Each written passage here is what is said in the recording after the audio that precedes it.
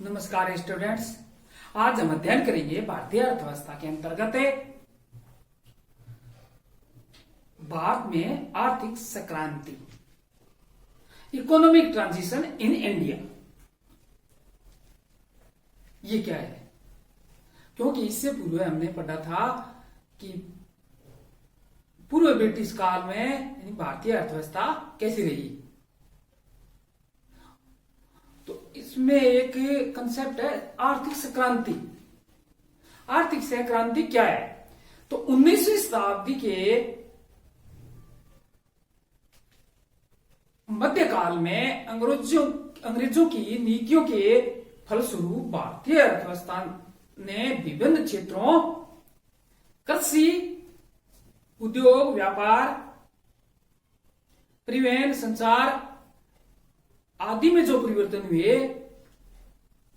उन्हें आर्थिक Sankranti, economic transition कहकर पुकारा गया।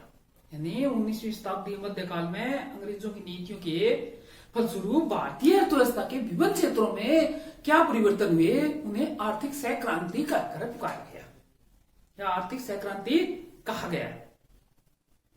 अंग्रेजों ने प्रशासकीय केंद्रीकरण की नीति अपनाई थी, जिससे गांव की दयनीय स्थिति हो गई।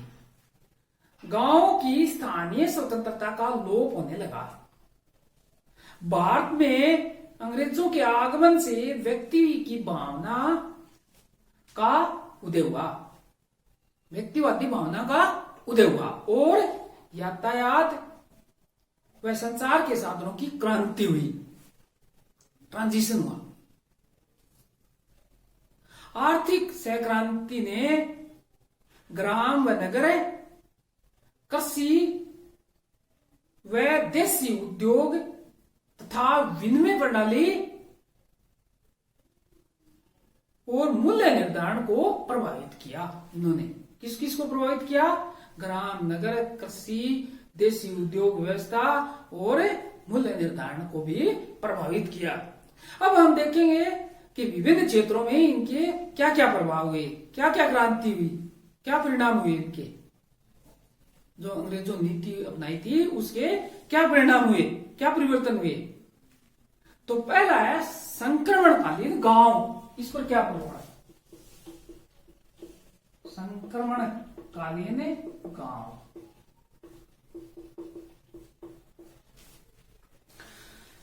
आर्थिक संक्रांति की अवधि में गांवों की आत्मनिर्भरता नष्ट होने लगी। वे भारी दुनिया यानी शहरों से उनका लेन देन होने लगा। वे शहरों से लेन देन करने लगे। गांव में बाहर से कपड़ा, मिट्टी का तेल, चीनी, चाय आदि उपभोग वस्तुएं आने लगी। अन्न के अकाल मुद्रा के अकाल में बदलने लगे।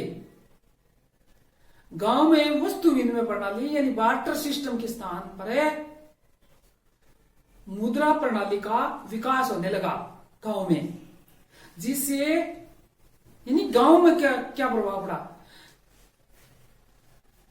इससे या क्या हुआ? कीमतें यानी लगान, मजदूरी, कीमतें जो पहले परंपरा व प्रथा पर से निर्धारित होते थे अब प्रतियोगिता व मोल भाव से निर्धारित होने लगे।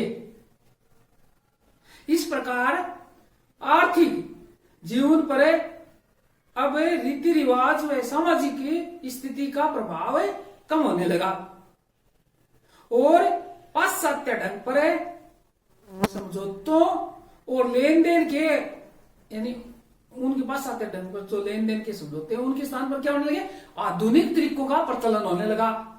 यातायात के साधनों का और विकास होने लगा। ग्रामीण लोग अन्य स्थानों पर जाने लगे, दूसरे स्थानों पर भी जाने लगे यातायात के साधनों, जिससे गांव का अलग थलग स्थापन कुछ सीमा तक घटने लगा। जो अलग थलग थे, शहरों से कटे हुए थे या उनका कुछ कम होने लगा। संक्रमण यातायात के साधनों का विकास हुआ तो ये संक्रमण कालीन गांव की स्थिति रही सहक्रांति के दौरान।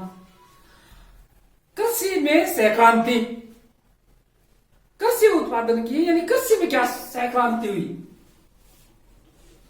कृषि में सहक्रांति।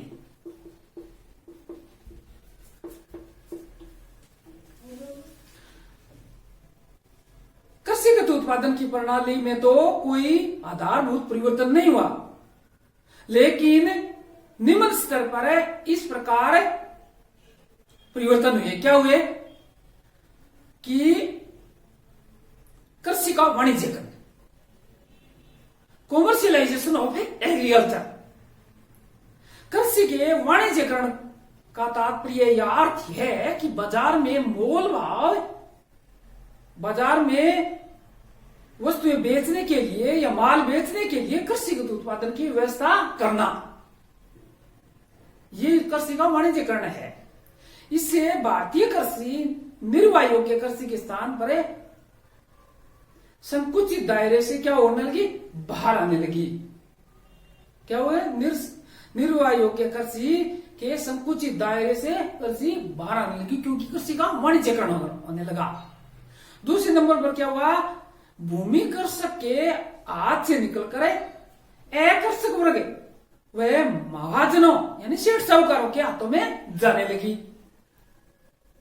और इसके तहत क्या हुआ? कृषि की सहक्रांति के अंतर्गत यह भी हुआ कि भूमि का उपविभाजन है वह अपखंडन तीव्र गति से होने लगा, जिससे उत्पादकता पर विपरीत प्रभाव पड़ा। कृषि कटाई के समय खेती और मजदूरों का अभाव भी होने लगा। ये एग्रीकल्चर सेक्टर में ट्रांजिशन हुआ, संक्रांति हुई। अब ग्रामीण उद्योगों में सहक्रांति। ग्रामीण उद्योगों में सहक्रांति। ग्रामीण उद्योगों में सहक्रांति। इसके तहत क्या हुआ कि यातायात के साधनों के विकास का प्रभाव ग्रामीण उद्योगों पर पड़ना स्वाभाविक था, क्योंकि यातायात के साधनों का विकास हुआ और ग्रामीण उद्योगों पर पड़ना स्वाभाविक था। गांव में बुनकरों को धक्का लगा, क्योंकि उद्योगों का विकास हुआ। बढ़ई व लोहार की स्थिति भी बिगड़ी। जो लोग नगरों में चले गए उनकी स्थिति यानी आर्थिक दशा सुधरी, और जो गांव में रह गए उन्हें खेती और मजदूर बनने के लिए विवश होना पड़ा गांव में रहने लगे, जो क्योंकि उनको उद्योगों में स्थान मिल गया, शहरों के थे, और गांव में रहते थे उनको सिर्फ कृषि मजदूर, खेती और मजदूर बनने के लिए विवश होना पड़ा। ये क्या हुआ? ग्रामीण उद्योगों में सहक्रांति। अब क्या हुआ? आधुनिक ढंग के उद्योगों का प्रादुर्भाव। आधुनिक ढंग के उद्योगों का प्रादुर्भाव।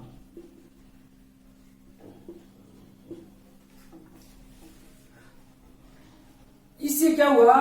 सर्वप्रथम चाय, कौवा व अन्य बागान उद्योगों का विकास किया गया। ये बागान उद्योग यूरोपीय मालिकों के हाथों में रहे। बाद में मुंबई में वस्त्र उद्योग व बंगाल में जूट उद्योग का विकास हुआ। देश के विभिन्न भागों में असमान गति से विकास हुआ। यह हुआ आधुनिक ढंग के उद्योगों का भी प्रादुर्भाव हुआ आर्थिक संक्रांति के तहत। आर्थिक संक्रांति के तहत नगरों पर आर्थिक संक्रांति का प्रभाव। किस पर? नगरों पर।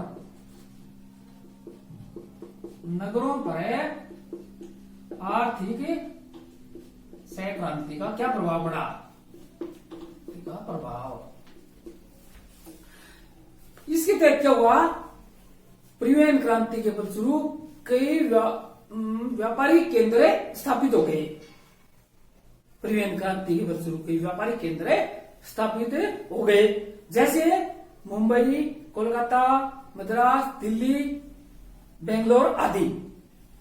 इन क्या परिवहन क्रांति के फलस्वरूप इन नगरों में उद्योगों का विकास हुआ और ये उद्योग पूरे भारत में माल की सप्लाई करने लगे और दूसरे देशों में भी माल की सप्लाई यहां से होने लगी। एक्सपोर्ट इंपोर्ट यहां से होता था, तो नगरों पर भी अच्छा खासा प्रभाव पड़ा।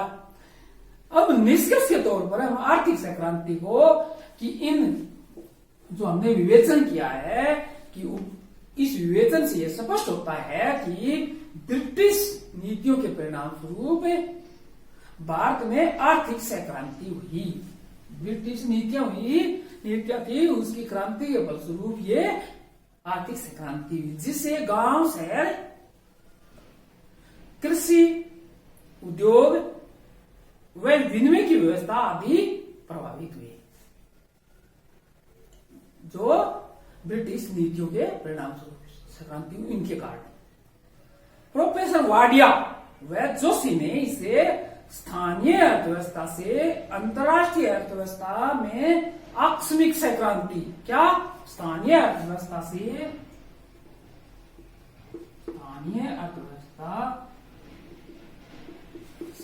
अंतर्राष्ट्रीय अर्थव्यवस्था, स्थानीय अर्थव्यवस्था से अंतर्राष्ट्रीय अर्थव्यवस्था में आकस्मिक संक्रांति का है।